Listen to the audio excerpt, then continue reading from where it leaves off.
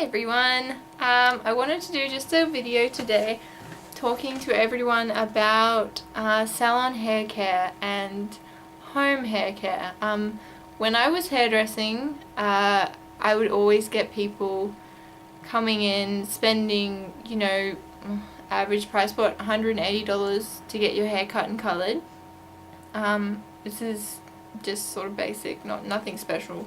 No foils or anything, but anyway, you're spending that amount of money on your hair, and then they're always so reluctant to spend just that little bit on some products. Like we stocked KMS and Goldwell, and that was it $25 per bottle of shampoo and conditioner with KMS, and it was $19.95 per bottle of shampoo and conditioner with Goldwell, because it had the dual senses range, which was specifically designed for they went out and surveyed everyone what they wanted out of a hair care brand and regime, and that's what they made dual senses out of that.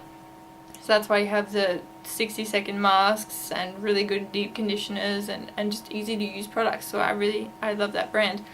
But they were always so reluctant to do it, and you get the few odd people, but then they'd be like, not really. And I've talked to friends about it, and they'd go out and buy. I had one friend who bought like $2.50 shampoo, and it just stripped her hair. It was atrocious. It was it's no good. But I mean, it's her hair. If she wants to kill it, that's fine. But she wasn't really spending much on hair care, like as in dyeing her hair. So it was like, whatever. You don't obviously give a damn about your hair. That's fine. Your life. I won't get involved. But yeah, people always ask, why, what's the point, just spend $5 on a bottle of shampoo and some nice cheap conditioner. So I'm going to tackle that now, okay? Just the main two things why you should definitely look into just some nice. You don't have to spend like $30, $40 on a bottle of shampoo. I think that is ridiculous. There are brands that do charge that much, and you don't have to spend that much. You can look on eBay. You can buy like Salon size big old things for really like $60 for two, which is awesome. So yeah, okay, so you're gonna spend $180 on your hair care, and you go home. Don't wash your hair 48 hours after you get it colored. That's a rule. Don't do that. So when you first wash your hair, think about it. If you used a shampoo from the supermarket or pharmacy or whatever, shampoos that come from supermarkets have a lot of detergents in them. So all that makes them nice and foamy, makes you feel like you're really getting your hair clean. Sodium lauryl sulfate, I think that's the agent, but they have some extra sort of detergents in them because that's a normal sort of chemical. It's not the best chemical I've heard, but it is a normal chemical. So when you put that in your hair, what that is doing, detergent, it dries out your hair and just strips it. So what you're doing is really shortening the life of your color. You just spent however much on your color, and then you go home and just strip it out, and you just ruined it essentially.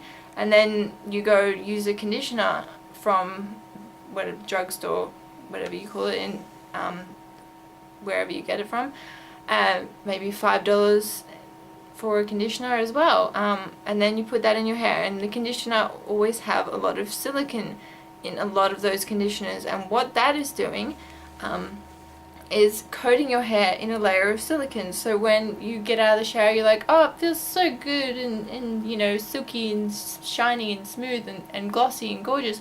What that is actually doing is coating your hair in silicone. So it's building up a layer of silicone. So when you go to dye your hair again, it's got this layer over it, so the color isn't able to penetrate your hair as it would if you were actually using another conditioner that didn't have all those silicone in it.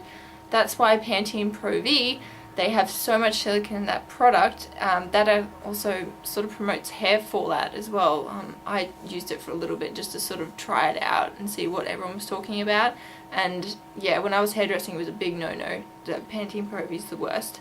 I don't like to bag out brands though, honestly. I don't, but I'm just saying from personal opinion, with Pantene Pro V, it really did make my hair sort of fall out.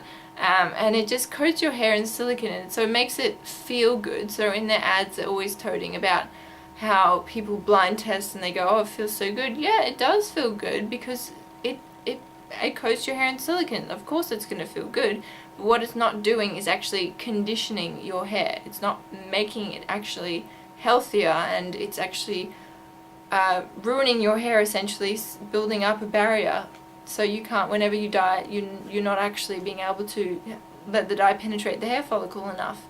Alright, and quickly, I'll talk to you about, because a lot of people, my mum especially, have so many people like, oh, dyeing your hair is so bad, it kills your hair, all that, la la la. Dyeing your hair, if you use semi-permanent, it doesn't harm your hair at all, because semi-permanent, you have a hair follicle, and what that does is it just coats your hair in the dye. That's why it's semi, that's why it washes out so quickly, because it's not actually getting into your hair.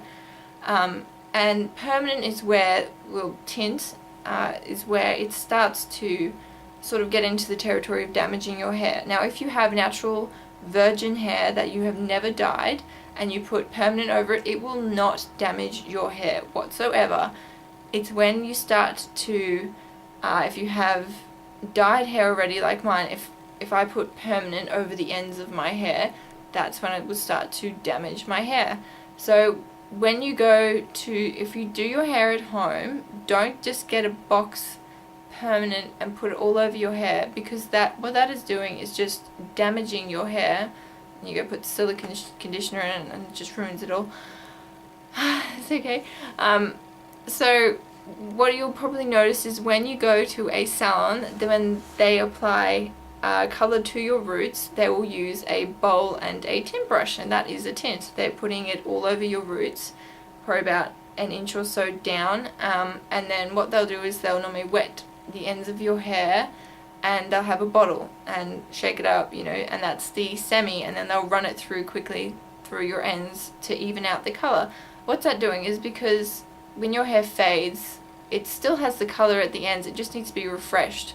So that's why you just put a little gloss of the semi over it and then tint on the ends, and just to even it all out. So yeah, I think I rambled talking about hair dye and the hair care. The essential thing with Salon hair care is it doesn't have all those detergents in them and all the silicone in them. I'm fine if you want to use whatever you want to use, that's fine. I'm just trying to let you know, sort of keep you informed as to why you should probably invest in a Salon shampoo and conditioner. And if you're spending that much money on your hair, if you can't afford to spend that much on your hair and you're not even going to the salon, that's fine, don't stress about it. Probably try to invest in maybe just a treatment where you can do that once a week, like a good quality treatment. And again, you don't have to spend that much money. You can get a Gold Well treatment, they're only like $20, like the whole range is like $20 for everything. And that's just sort of an example of a good quality hair care that is reasonably priced. I think people have some sort of misconceptions that you have to spend like $40 on a bottle of shampoo, and it's really not the case. There are brands obviously that do charge that much, and it's best to sort of seek out what you want, because if you go to a salon, that they will have the brands that they stock, and that's all they're going to recommend to you, obviously. So sort of research, maybe do I don't know if makeupalley.com they would have any reviews, or just look on YouTube or what have you, and just try and find a system that works for your hair and that's actually cheaper. And as I said, Gold Well, they're a cheaper range. I think PPS as well. I use PPS sort of a coloured, because it's sort of hard to see, but I have like a coppery red hair, so I have the copper red shampoo just to help sort of liven up your colour a little bit. And yeah, I think that's pretty much it. I hope that I helped someone sort of educate people on why you should do it. It's not sort of preaching to you, but I'm just trying to keep you informed. Okay, well, thanks for watching, guys. Bye!